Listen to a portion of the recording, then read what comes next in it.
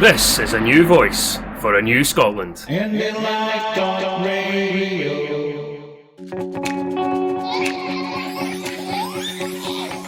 IndyPram is IndyPram on IndyLife Radio. IndyPram is IndyPram on IndyLife Radio. Welcome to the IndyPram podcast on IndyLife.radio. And my guest today is David McGuinness, also better known as IndyTruckDavy. Hello, Dave, and thanks very much indeed for coming on the programme. Thank you for inviting me, Ray. It's nice to speak to you again. Now, Dave, you have been unique under the current circumstances because the independence referendum and whole aspect of campaigning has been put on hold. And yet there are elements within the Yes movement that have not only maintained activity, but they've actually built on it. And you've taken a step really up on the podium with your broadcasts from the Indy Truck, and you've now even enhanced that a step further with live stream broadcasting. Well done. Well, there's an interesting start to that question, to why I did that, Ray.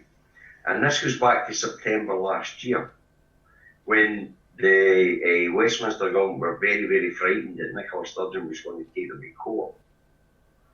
And she was asked on BBC Radio Scotland, Good Morning Scotland, I believe it was the 18th of September last year, 4 days after the referendum date, and she was asked if she would take legal action if she was denied a Section 30 order. And I started my vlog, my video broadcasts on that day. And right up until recently, I have concentrated mainly on constitutional questions and, of course, the legalities of Westminster's stance. I've also done current affairs, of course, but generally they were always based around about the constitutional question.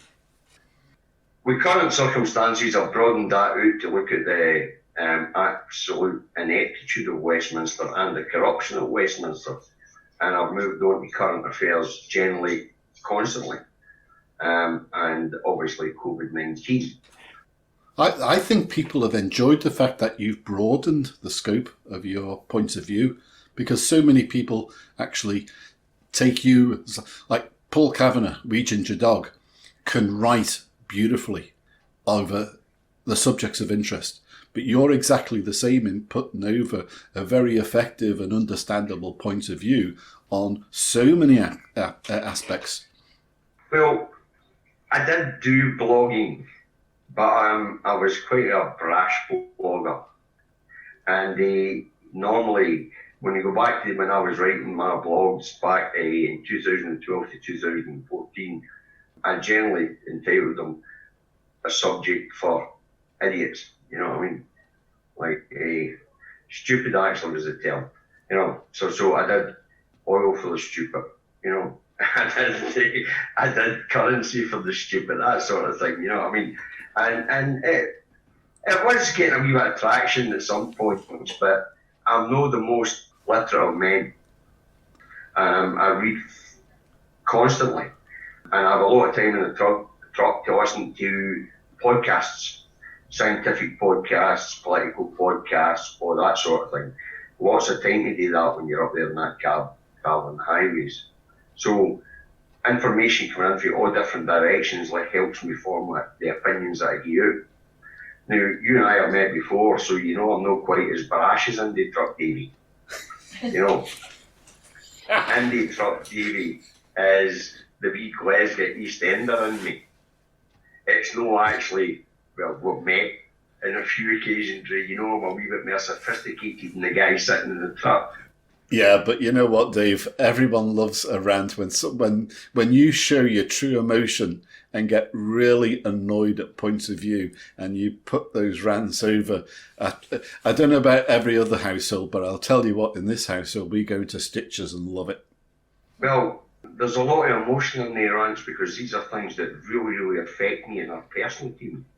When I was talking about getting into that cafe in Kinnan Park, you know, on the announcement of the further benefit cuts and the Brexit bill and how it affected the disabled and did away with the European Court of Human Rights and the European Court of Justice, I could see the horror in these people's faces.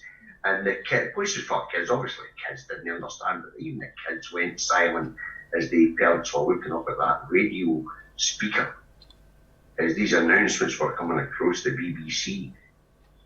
You know, this sort of thing, this affects me, really affects me, because I truly believe, and I know you believe that I believe this, Ray, that you measure a society and how it treats its weakest. This society that we live in treats our weakest the worst. It's bloody genocide. And the UN should take action because it's genocide. I mean, we know from the government's own figures that 130,000 people have prematurely died because of universal credit.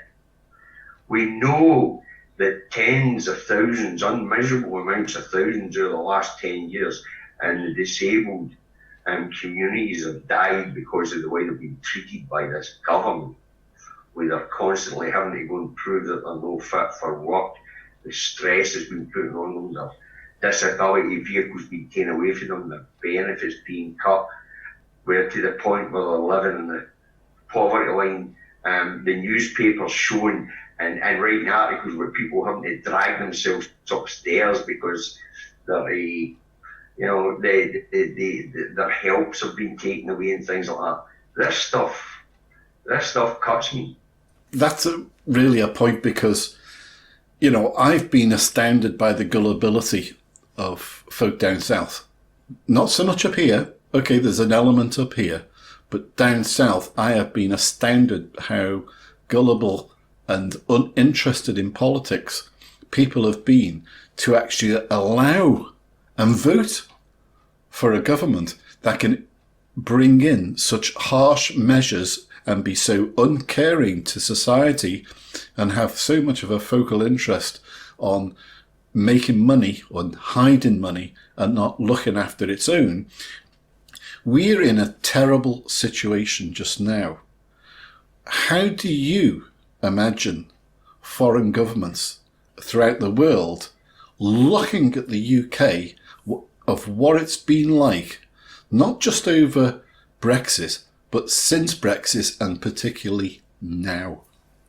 You know yourself, Ray, I look at international opinion regularly from Europe, I look at it from Asia, I look at it from South America and North America, and the only place that isn't laughing at us is America, the United States of America.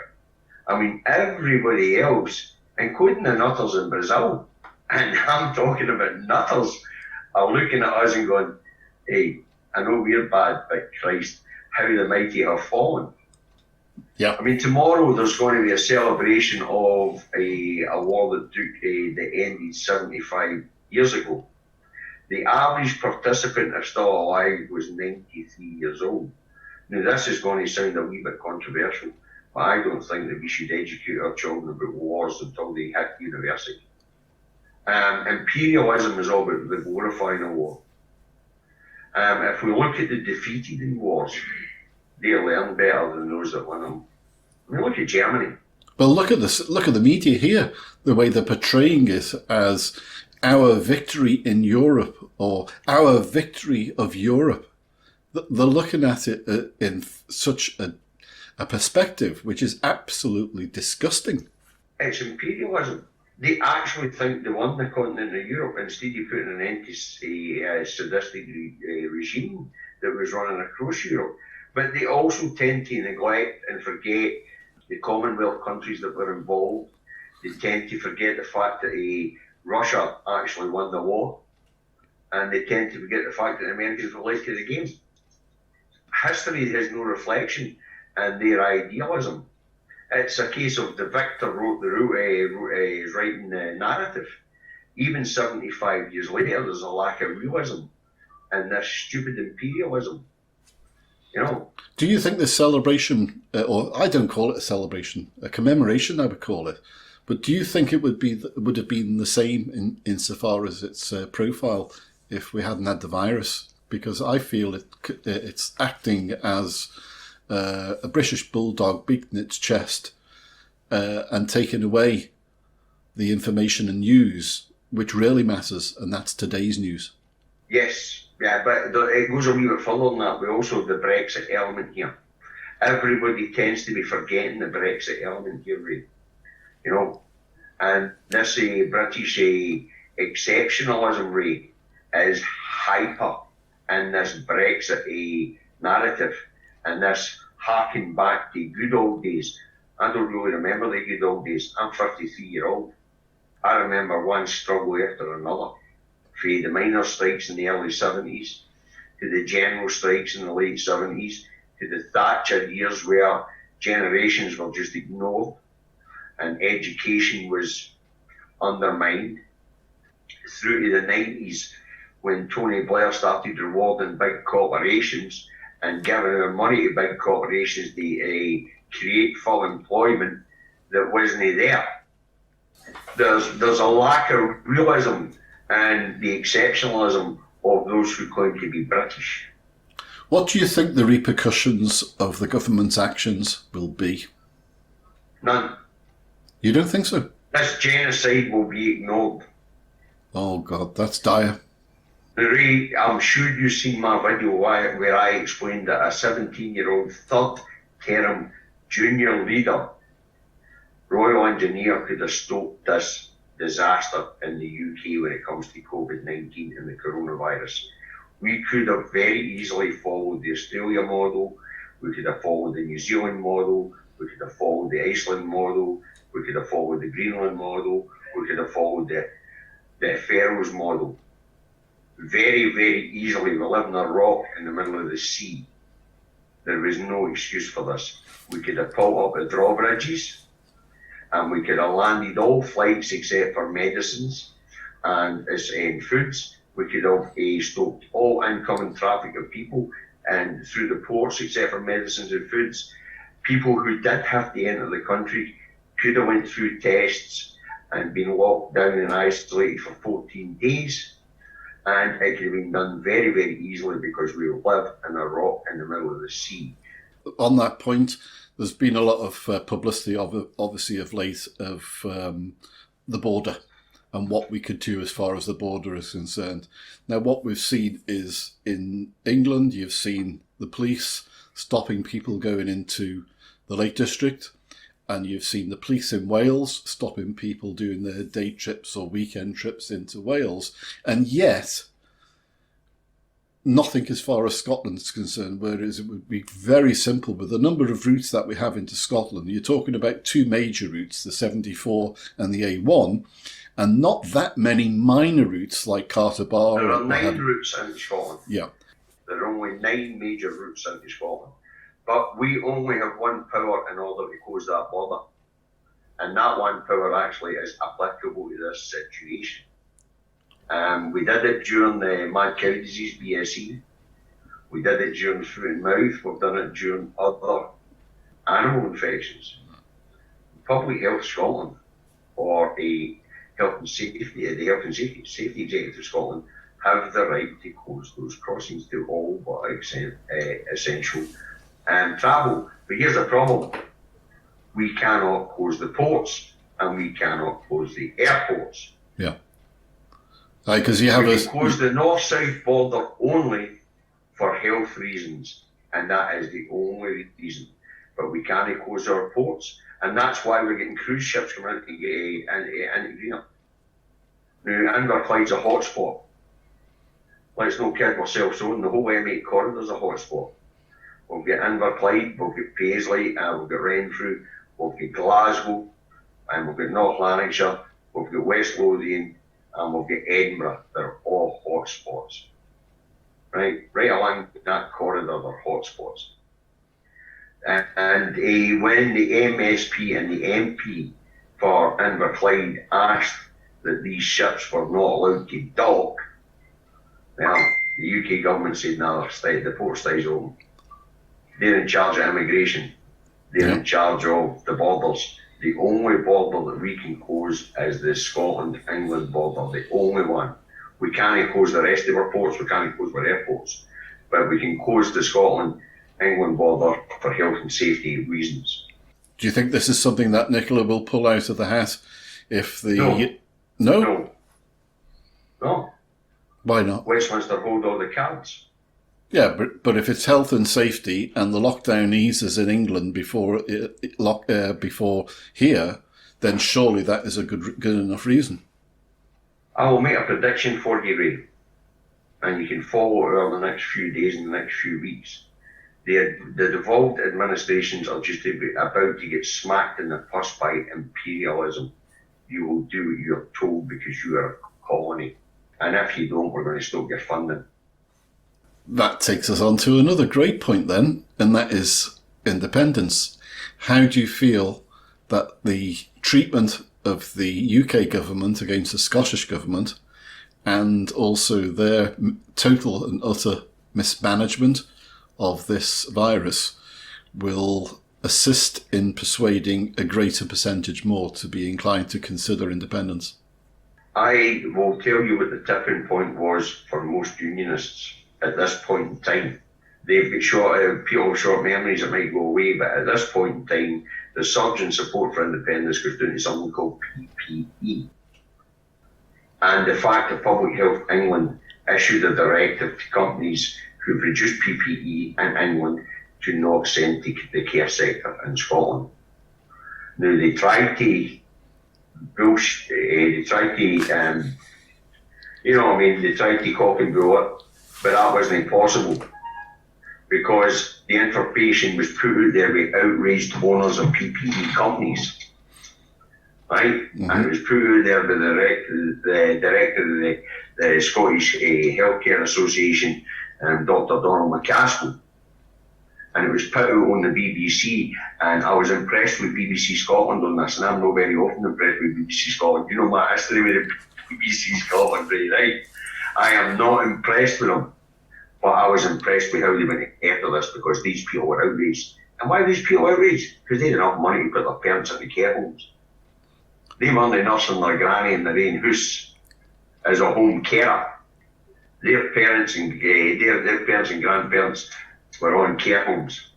And they were probably paying fees of something around between £700 and £2,000 a week to have them there and looked after, and they cared went for. After a dog with a bone. Yep. You know. So kudos to BBC Radio Scotland when it's due. By the way, BBC Scotland, the television channel, didn't follow suit, but the radio station, they went after them with a dog with a bone. And the backpedaling was enormous. Yeah. And then people started to seriously look into the PPE issue.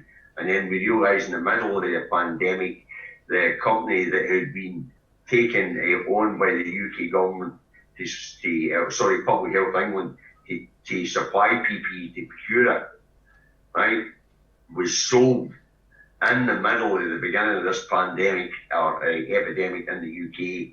Movado, which has got a warehouse less than 4 miles from here, was sold to an American healthcare company. I put all this out in my blog. I did a good bit of looking into it. No, because it piqued my interest. How do you feel about the way the Scottish Government has dealt with this virus and this crisis?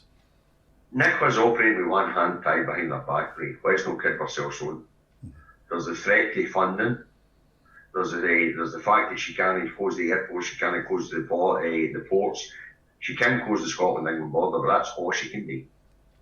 But I mean, she's getting her neck stepped on by Westminster here. And as I said today, there's something called a Sterhyd-Rami. Now, for us kids from Glasgow, a Sterhyd-Rami, we all grew up in tenements, you know. A Sterhyd-Rami was when your neighbours were all out fighting in the Sterhyd. So, I mean, there's a Sterhyd-Rami coming with Nicola and Boris. Boris doesn't really care about anything but the southeast of England and London. He doesn't care, that's the money machine. It doesn't matter that Scotland's the second biggest earner for the United Kingdom. The southeast and the financial sector will be served, and they'll get their fingers in every single pie. So Boris will do what Boris is told to do.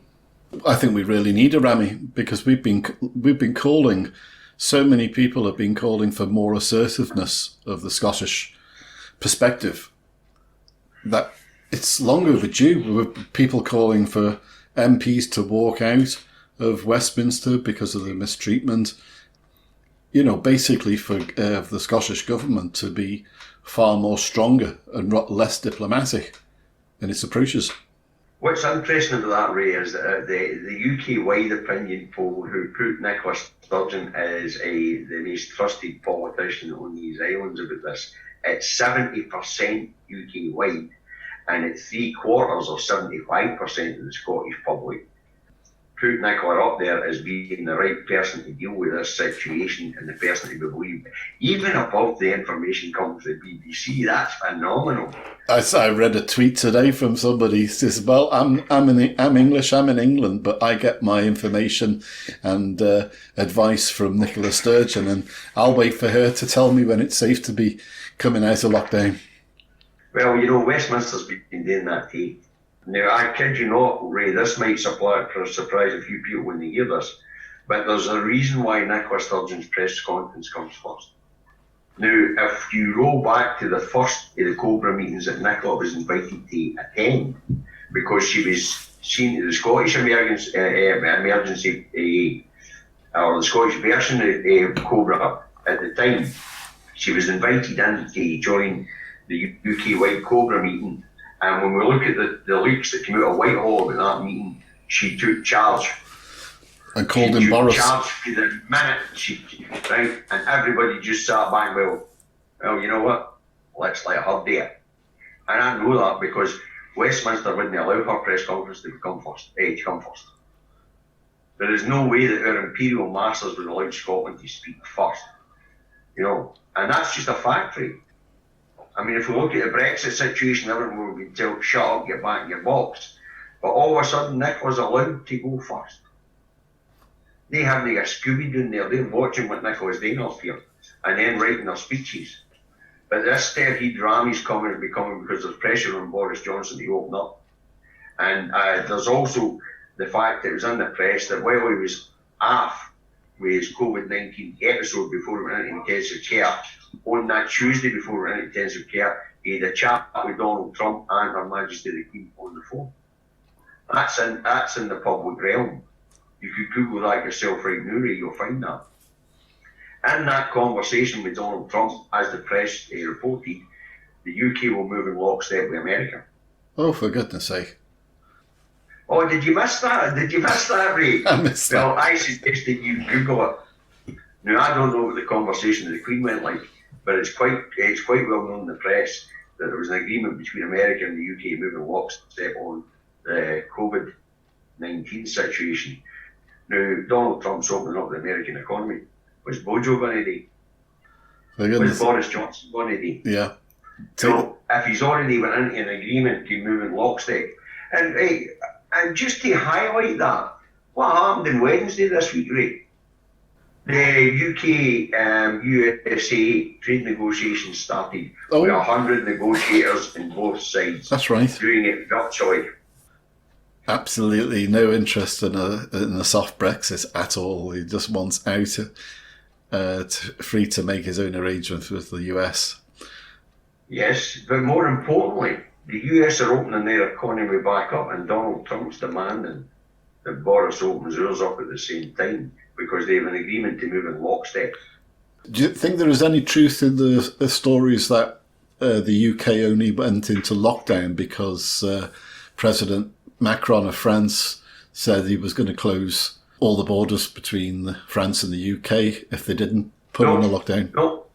No, because closing the crossings, except for all things for essential foods and medicines, would have made bloody great sense. And those in Westminster are daft, they'd have been laughing at that. What forced them into lockdown was Neil Ferguson's model that said that 250,000 people would go in the first wave. Yeah. And I don't know if you've read his report clearly states the first wave. Funny thing is, this week he's had to resign because he'd been having sex with his married lover during lockdown. I mean, what is the story? Was he hired because they had this information on him? Because and then he turned out to give them a model he didn't want. So they exposed the fact that he's cheating he's having sex with a married woman. Yeah. You know what I mean? And force him to resign. How long did they say? And what happened a couple of days later? Boris Johnson and the newspapers are giving that Boris Johnson left the lockdown on Monday. Yeah. Now, why are the newspapers doing that? Boris hasn't really made any noises saying that he was going to relax on Monday. He just said we could relax a few things. He never said he would. Yeah, media is pushing pushing it. He said if the model was right, he would. Right? And then Keir Starmer the day said, nah, it'll just be a roadmap. This lockdown is going to last 3 weeks longer. So why are the newspapers shouting freedom on Monday today? Because they're putting political pressure on them to open up the economy. It's also political, it's also the fourth estate putting pressure on the political establishment. Yeah. Because they're actually buzzing up the English public thinking they're getting their freedom back on Monday. That puts a huge amount of pressure on Boris Johnson. Talking about Sir Keir Starmer, what did you make of his first appearance at PMQs against Boris Johnson? Were you as disappointed as I was? Because the press were highlighting that this is going to be a phenomenal battle. I thought he was a wimp. He's going to be a wimp. He's totally owned by the establishment. Right? I don't want to elaborate on that because I don't want to find myself in court. But we all know what he did while he was head of the prosecution for, the Crown Prosecution Service. We know what he did. This guy is bought and sold. This guy is Tony Blair's model. He is in the exact image of Tony Blair. Right? And he will do exactly what his backers tell him to do. And we know who his backers are because we can all use Google. And he's another one like... Yeah, because he is not holding them to account at all. I thought, if it was a case of, we are actually in a position of military action and war, you can understand an opposition or all opposition parties being supportive of something going forward. This virus is not a military war situation. Personally, I believe that we don't wait until totally after the event to criticise mistakes that are being made right now. And that is the vital thing that he could have done, and he didn't. Washed his hands of it. Well, the weakness in Keir Starmer, I remember it's Sir Keir Starmer. Let's get that wrapped around our heads. This is the head of the Labour Party, Sir Keir Starmer. Let's get that a knight of the realm. Let's get that wrapped around our head here. But he was put to shame by Rosa Khan, who took on the Health Secretary and the Commons the other night and gave him a pounding. And what was his response? Watch the tone of your voice. Tone herself down. This is a woman in the front line of if they want to use their bombastic war analogies, this is a woman in the front line. Yep. And he's telling her to tone it down when she's telling him the truth. Yep. Crazy. Ray, you couldn't make this stuff up. I know. I don't think we've ever lived in a time where in fact, the only comparison I can think of is the fall of Rome. It's the only historical comparison I can think of. Well, unless we talk about Alexander the Great and all, but that just slipped into my mind as well. But I did study the fall of empires for a wee while, Let's look at even what we're getting fed to us through the square-eyed monster in the corner. Never mind the news. Look at the sort of populist programs we're being whacked with and all with this reality TV. You and I grew up in a time when the TV educate, inform and entertain. Mm-hmm. The TV doesn't do any of that stuff anymore. It's propaganda. I don't even look at it. My wife doesn't play live TV, she streams it. I don't allow the BBC or STV or any of these things into my home. I have to research the Morris programme online. Yeah. And I will draw my opinion from a multitude of sources. I'm not letting the TV guide it. I don't have a TV licence, I don't play live TV. That's just a fact. Independence movement going forward. What's your aspirations of how the Yes movement should move forward after this? At this point in time, we have to be the voice of the Yes movement. We, as the independent vloggers and bloggers, have to be that voice, because our political arm at this point in time has to be totally concentrated on the health emergency that we have. Mm-hmm. But what we have to do, while we stay active in the background... Was that Buster, by the way, in the background agreeing with you? Yes, Buster's a nationalist. But what we have to do going forward is to ensure that we hold our political arms' feet to the fire. Yep. When the time comes, when this subsides, they must not be allowed to forget their mandate, and we must reinforce their mandate and force their arm. Well, on that point, how many mandates now do we need? It doesn't matter. This particular situation cancels everything out, because the mandate for 2020 is right out the window. There is no way that this epidemic is going to be over by the end of this year, and it will allow us to hold a referendum this year. Okay, we have up until next year's election, because that's what's in the manifesto, before the end of this term. But I don't see this being over until into January, February, and that just doesn't allow the time. Yeah. And we're talking 7 months here. We're talking a long time here. Yeah. I totally expect a second spike. David, I'd like to ask you a question of what you think the way forward should be after this is over. Well, we have to look at the climate emergency to start with, right? Now, one of the great things about this lockdown has been that the air we're all breathing is cleaner. Pollution in Glasgow is down by 80%. If we are led, if that's true, the science is saying it is, especially in Hope Street, where the air is clean enough to breathe again. We have to look at how we do things. Like the people who are now working from home remotely by computer, the office workers, do we really need all these huge concrete structures? Do we really need to be travelling vast distances to get into these huge concrete structures with the technology we have today? Could we simply cut pollution by 50% by allowing our call centre workers and our office workers just to work remotely from home?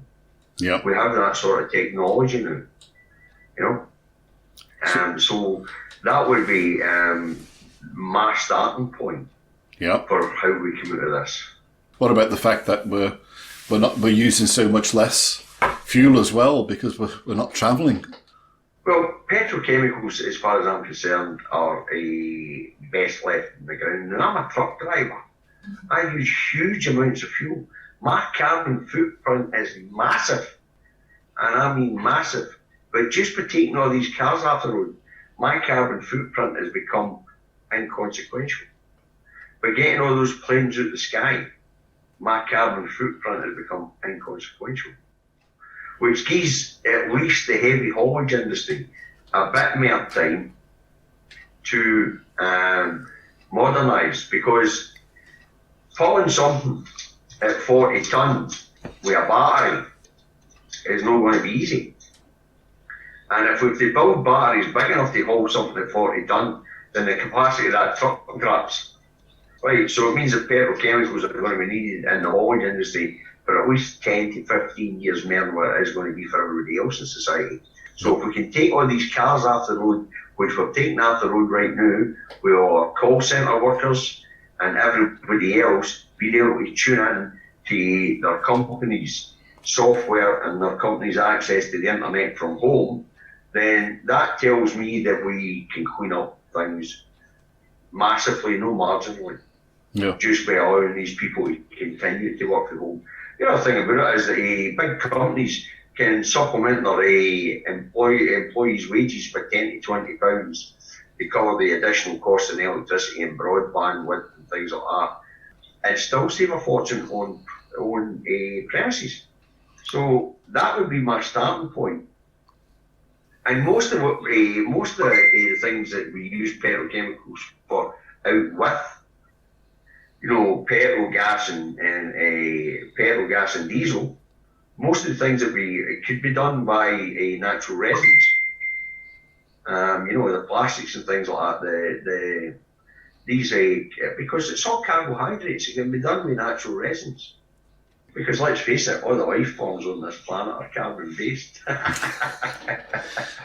What do you think about the impact on city and town centres? Because obviously now we've become so dependent on shopping online, home delivery, minimal use of shopping or restricted use of shopping. How do you see that going forward? They have to become social spaces again. I mean, we have turned absolutely everything over to commerce. We lost our high streets because of it. I mean, I live in a village. There used to be 12 stores in this village. Most of them were owned by the cooperative. But there was the funeral director, there was the butcher, there was somewhere to buy your children's school uniforms, there was somewhere to mail order furniture. We might have a small showroom and things like that, right? All these things have gone. We lost the actual high streets through the mass retail parks and things like that. But the high streets were always there for the basics. They weren't there for the big ticket issues. You always had to go to, bigger superstores and things like Goldsmiths and Stirling and Stevens and things like that in the cities to get these things. The cities were always the specialist places we went for your furniture, your pram, your that sort of thing. The high streets were the place where you went and bought your food. So the city centres, because we're buying these big ticket issues, big ticket items now online, including cars and everything else, these all have to become social spaces again. And with them becoming social spaces, it will actually rebuild community. How about rebuilding society? Rebuilding society, well, we have to start for the top down. We can't do it for the bottom up. We have to destroy the top layers of society and all. We have to do it for the bottom up and not for the top down. I got that upside down there. I do apologise. Been up since early doors, but we have to do this for the bottom up, because those at the top of the tree don't want to lose what they've already got, and they are the ones who control everything, and they are the ones whose mindsets are the hardest to shift. Because they don't want to lose their privilege and patronage that they already have. The New Zealand model, the model that we're trying to build here in Scotland, the Iceland model and the Finland model are where we should be going. The Nordic models, where actually it's well-being that comes before everything else. Yeah. The well-being of your society. So what we have to do is restructure our economies to work for the people instead of the people working for the economies. I don't think that's rocket science. And we're seeing how well it's playing out in New Zealand. We're seeing how well it's playing out in the Faroe Islands. They're only small places, Iceland and Finland, but we're seeing it's working. It's having a benefit to the people, and it's having a benefit to their societies. Their societies haven't become poorer, they've become happier, they've become fitter, and they've become healthier. And that is going to be the aim. If we look at Finland with the universal basic income, that's a fascinating model, absolutely fascinating. Everybody gets a basic income. It hasn't just led to entrepreneurship, it's led to innovation. And innovation is where you want to be, because the creativity that comes out of that innovation will benefit mankind. It's sort of like the Scottish Enlightenment all over again. The education of the population and the betterment of our population. We have to get back to that. And there are nations around the world that are proving that that is the best model. And as I say, I've mentioned a few of them. We've got New Zealand, we've got Iceland, we've got Finland, we've got the Faroe Islands. These places are leading. And of course, Nicola Sturgeon's trying to go along those lines here in Scotland within the restrictions that are placed upon it. When we look at the Finnish model, That's absolutely fascinating, because not just has it benefited their society, not just has it become more innovative and more creative, they have actually rose up the ranks of happiness and well-being in the world, because these things are measured. Yeah. We know that Denmark. You can just see the situation just right now, the financial implications to so many people, so many families, because of the inequality or the awkwardness and difficulty of getting some income coming in, where your income has been cut because of your occupation, whether it's self-employment or employment, job security is out the window. That's where I feel it would be such a fantastic safety net. Well, I think the data coming in for Finland in the next few years are going to prove absolutely fascinating, including during this pandemic. Because especially during this pandemic, the people of Finland have that safety net. They also have a lower death rate. The whole lot. As a society, they have become a community again. And I think there are about 5 million of them. And they live in a bog. They live in a bog. There is nothing there. They live on a fen. Yeah. Finland's a fen. They live in a bog. Yeah. You know what I mean? And look at how their society has flourished just by the idea that they put the well-being of the people before anything else. And this goes all the way back to the invention of the baby box, when they had disastrous levels of child mortality because they lived in a bog. Yep. David, I'm going to say it's been great having all this insight from you. During this lockdown, I'm sure we'll have another opportunity of getting more of your input, but I'd certainly like you to give the listeners the opportunity of, for those who have not seen your broadcast, tell folk how they can tune in and watch you. Well, I don't have an IndyTruckDavy page. I wasn't in the business of self-promotion, but Gordon Ross and his team at IndyCar have graciously put my videos out every night on their YouTube channel, and they've renamed the YouTube channel IndyCar and IndyTruckDavy. So if you go into YouTube and you type in IndyCar, then IndyCar and IndyTruckDavy come up. As I say, I didn't start this blog for self-promotion. I started it for my friends to get the insight and the information that I was digging up. The fact that my public profile is open as well, so if anybody wants to go to David McGuinness's Facebook page, my icon has got SNP and Scott to Scott on it, and a picture of my wife and I, and our wedding photograph many, many years ago. And it's a public profile. Anybody can go onto my page and see my broadcast. But the other place that is available is on YouTube. Right. At IndyCar. Stroke IndyCar, and when you type in IN-D-car, then it'll come up as IndyCar and IndyTruckDavy, and you can get my broadcast there as well. That's great, David. Well, all I can say is thanks very much for your contribution to the IndyPram podcast on IndyLive.radio. Thank you for your continuing contribution to the Yes movement and persuading more and more people to consider self-determination as the way ahead. Well, that's the important thing, Ray. The important thing is that we don't let the conversation die. Yeah. It's understandable that the political wing of our movement has to concentrate solely on the current emergency, but we, as vloggers, podcasters, broadcasters, we have to keep the national conversation going. Yep. And that's the whole point here. Yeah, we're not constricted like a political party, but no, we certainly are not. Yeah. And while they're shouting, you can't talk about this during this pandemic, you and I and everybody else out there who are doing these things are going to say, "Aye, we can, and we're going." Yeah, absolutely. Let's keep the ball rolling. Thanks very much, David. IndyPram,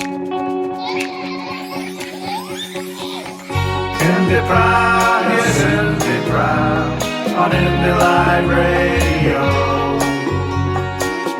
IndyPram, yes, IndyPram, on IndyLive Radio. This is a new voice for a new Scotland. IndyLive.radio.